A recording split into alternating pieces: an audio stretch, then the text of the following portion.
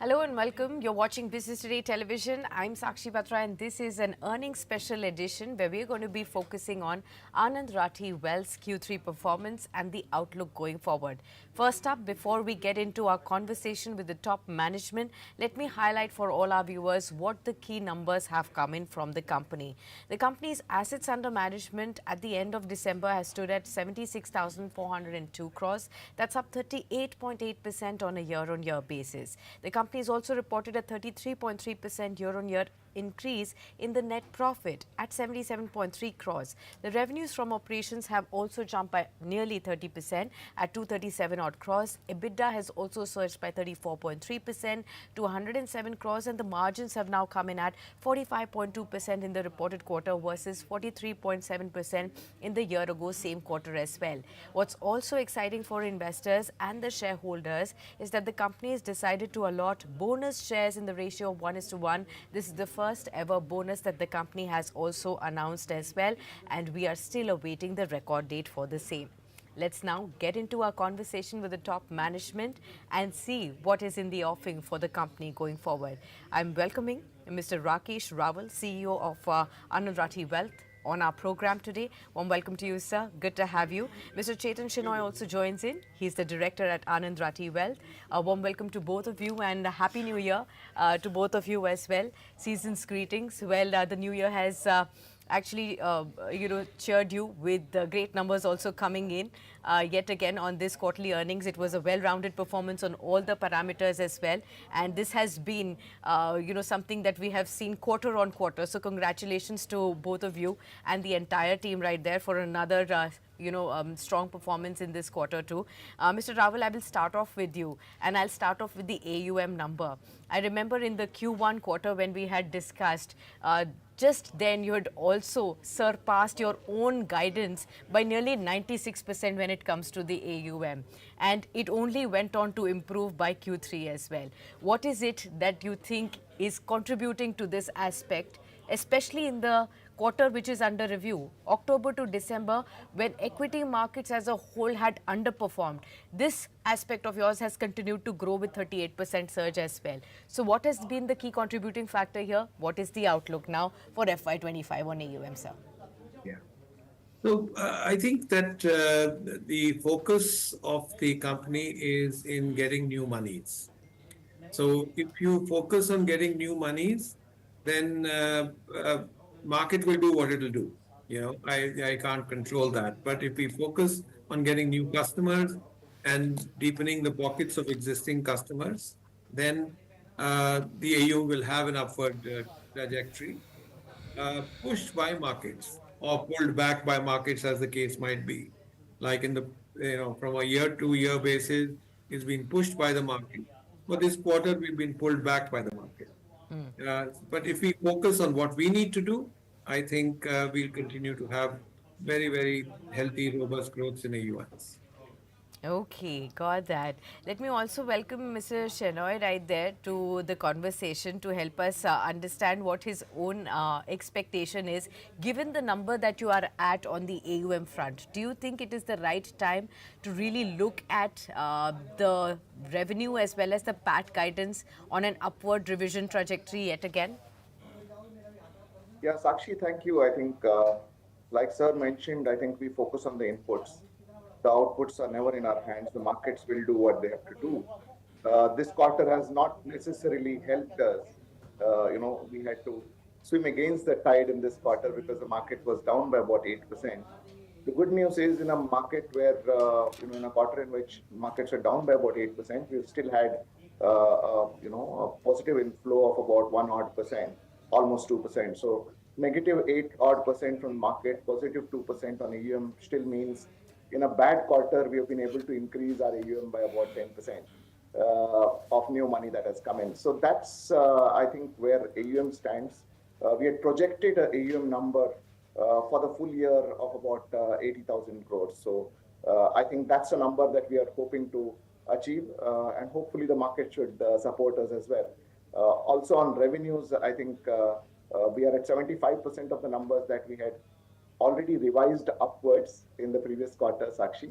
So we're happy that we are at that 75% number on the revenues.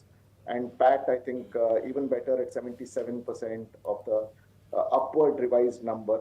So we had planned to do 295 for the entire year. We are at 227, which is about 77% of the numbers. So we are quite confident we should be able to achieve this revised upward numbers from last quarter. Okay, got that. Mr. Rawal, I'm coming to you, especially on the mutual fund distribution and the contribution there is something that I want to focus on now. For the benefit of our viewers, I'm going to read out the numbers as well. The mutual fund distribution revenue has surged 63% year on year to 303 crores. We've also seen this has been driven by a 69% increase in the net inflows that now stands at 9,145 odd crores as well.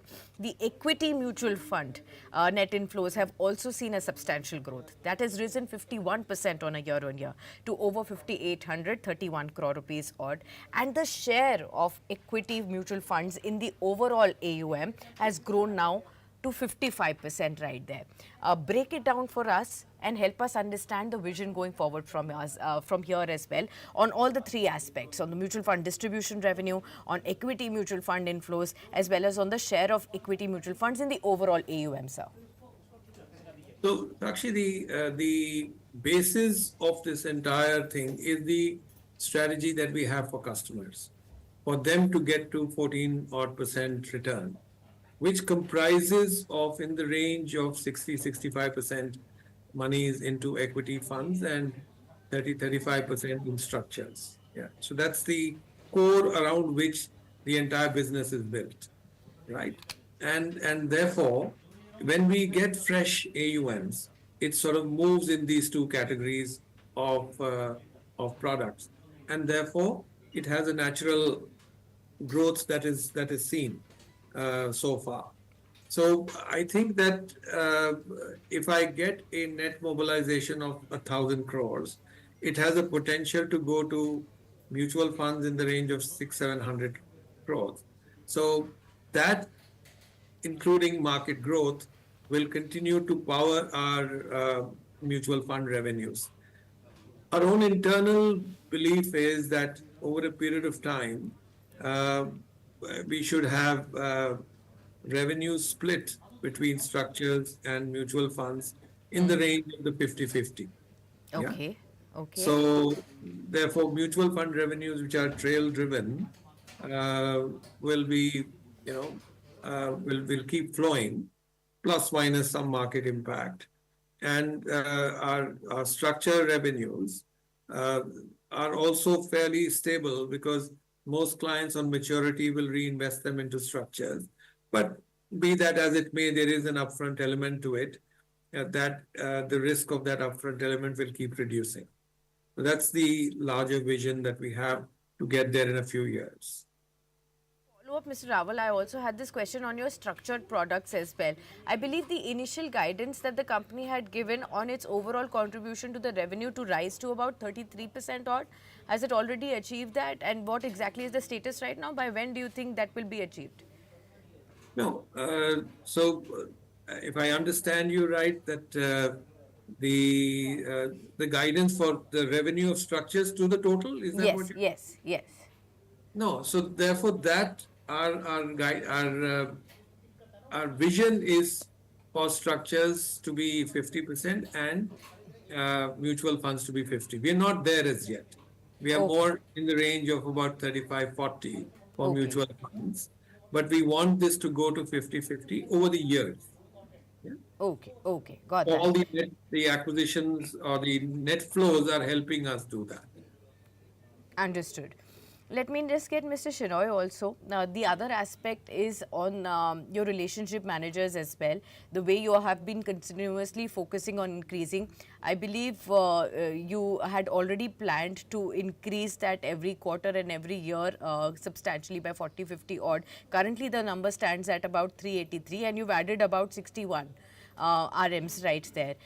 Help us understand what is your outlook here? Will you continue to look at an increase, with the same amount, or do you see, that measure also increasing? And two, what will this really lead to in terms of the employees' expenses? Do you see that also continuously inching up for you? So Sakshi, I think number one, to answer your question, we are quite happy with the rate at which we have been able to increase our headcount in terms of RMs. It's a very strong family culture, which is in the roots of our business. So our RM attrition has been until for 5 quarters continuously has been zero, and this quarter, unfortunately, we lost one RM who was more than 40 crores of AUM. So with that, we are at about 383 RMs, which is about 61 added, like you rightly mentioned. The good news is about 64% of the 61 RMs that we've added come from internal promotions. So our AMs, account managers who support our RMs, which is about army of about 400, are getting trained by the existing RMs to become RMs in the future. Usually the training goes on for anywhere between 3 to 4 years, and at the right time we promote them to become RMs. So the problem is not about from where will we get RMs. The planning is when it's the right time for them to get promoted, we promote them, because a good 60-65% of our future RMs will, maybe up to 70% will happen from our existing set of people who are already working with us and are getting trained to become RMs of the future. So that's why we're quite confident that the growth in RMs is more of something that we need to plan and promote internally. Okay. Mr. Rawal, now let's come to the private wealth segment, which again is growing strong for you. 19% of a year-on-year increase in the active client families, now reaching 11,426. What's the outlook here, especially when it comes to newer additions coming from the tier 2 and tier 3 places, sir? Actually, there is, infinite, so to say, potential in our main cities, and there is also large potential in tier two cities. It's a question of how much of it can you, what kind of resourcing you can build to sort of capture that.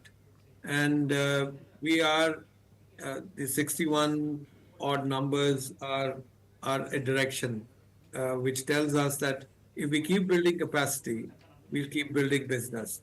But yes, I think that if I want to say to myself that, hey, am I a brand that is well entrenched in this beautiful country, India, and have concentration on just the four cities, doesn't give me happiness. And therefore, we would want to go to tier two cities, which we are doing, but it's not out of majburi कि वहाँ पे business नहीं मिला यहाँ जा रहे हैं. It is out of desire to go along and help people in various parts of our lovely country. Okay. Mr. Shenoy, I'll get you in on the subsidiaries performance as well now. For your digital wealth business, we've seen the total revenue, it's grown by about 18% on a year-on-year basis to 22 odd crores. And for your Omni Financial Services, another subsidiary, that's grown about 15% on a year-on-year basis. Now with the revenue growth, which has come into 5.7 odd crore rupees as well, and its technology platform subscriber base has also grown this time around. Do tell us, what is the vision for both of these subsidiaries going forward? Are they growing in sync with your own expectations right now, and where do you see further levers? So these two businesses are more of learning phase as far as we are concerned, and we're quite happy. In a learning phase, if a business is growing at the rate of 18-20%, AUMs are growing, they're self-sustaining, and they're profitable. We are quite happy about this. We do not, at this point in time, plan to have these businesses being talked about too much, because we're still in the learning phase. The PWM business, the private wealth management business, is the core business. But we're very happy with the guidance that was given for this business and the numbers that we've achieved on both digital wealth management as well as Omni OFA business, which is the Omni Financial Advisory business. Okay. Now, broader questions to you, Mr. Rawal. One, on the kind of scenario that we are seeing right now as far as the equity markets are concerned and the investor strategies are concerned. We've been seeing fourth month in a running where consolidation is playing up, a lot of days of sharp corrections, especially in the broader markets that we are seeing as well. This is unnerving a lot of investors who are seeing this kind of a long 4.5 4.5 months of continued consolidation for the first time. This is happening, and the markets are already down 10-12% from their September highs. Help us understand what is your own outlook on the markets right now. We are heading into Donald Trump's regime coming in from 20th of Jan. There is again lesser expectation from the US Fed as far as the rate cut are concerned. That was earlier being seen as one of the key big triggers that could have been positive for the markets. There is lesser expectation on that front, and of course we have the budget now coming in. How are you looking at navigating through all of these right now to help us understand what is the outlook for you, sir? So basically, short-term movements of markets are determined by the short-term events and uncertainties around Trump coming in or the budget coming in and so on and so forth. But if you really look at it from our own Indian perspective, there is a overall commitment of the country to grow it at 7.5%. Yeah, which is, I think, the country's commitment, not just the responsibility of the finance minister. It's our commitment as well. And I think that we, in aspirational India, can get to that growth, and we will. Now, if you get to that growth, the profits will sooner or later catch up. And if they do catch up, the markets will rebound. So my own feeling on this is that it's more short term. And we in Anand Rathi Wealth manage money for the long term. And our investors, by and large, are not frazzled by what's happening. Yeah. And therefore, if you really look at it this quarter, where the markets dropped 9%, we continued to show a growth of 30 odd percent. So long-term investing, I think, is completely intact as far as India is concerned. We will navigate this as we go along. Good things happen, and they will happen again, and the sentiment will change. Budget is one trigger. Let's see what Nirmala ji does. There will be other triggers as we go along. For example, there could be potential triggers of Indian rate cut that will happen sooner or later. Once Trump comes in, it will be more clear as to what direction he wants to choose. So I think with time, things will be reversed, and it will not be something that you'll wait for a long time. I think it will be more short term than long term. And we shouldn't get carried away by the negative sentiment. Okay, that's a positive outlook and an optimistic one at that. Mr. Rawal, you did point out about the budget being the next key trigger for the markets too. Is there any big ask that you or as the industry would have right now?